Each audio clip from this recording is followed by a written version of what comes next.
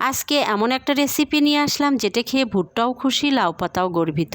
ভুট্টার দানাগুলো একদিন পানিতে ভিজিয়ে রাখলাম যেন তারা ভাবতে পারে ভিজে ভিজে সিদ্ধ হয়ে যাব নাকি। না ভাই, এরপর তাদের পাঠানো হলো ব্লেন্ডারে, একেবারে 32 নম্বর দাঁতের অভিজ্ঞতা। এরপর মেশানো হলো বেসন, আদা রসুন বাটা, জিরে বাটা, মরিচ গুঁড়ো, হলুদের গুঁড়ো, হলুদ আর স্বাদ মতো লবণ, মানে রীতিমতো রন্ধনযুদ্ধে সেনাবাহিনী দাঁড় করিয়ে দিলাম। তারপর এলো পেঁয়াজ কুচি আর কাঁচামরিচ, একেবারে ঝাঁঝালো, ঢুকে পড়লো পেস্টে, যেন বলে দেখি এবার কেমন হয়। এবার মঞ্চে এলো আমাদের আসল নায়ক লাউ পাতা। তাকে ধুয়ে মুছে সাজিয়ে দিলাম, তার গায়ে ভালোবাসা দিয়ে এই ভুট্টার মিশ্রণ বিছিয়ে দিলাম। পাতাও খুশি, বলল আহা, এতদিন পর আমাকে কেউ পাত্তা দিল।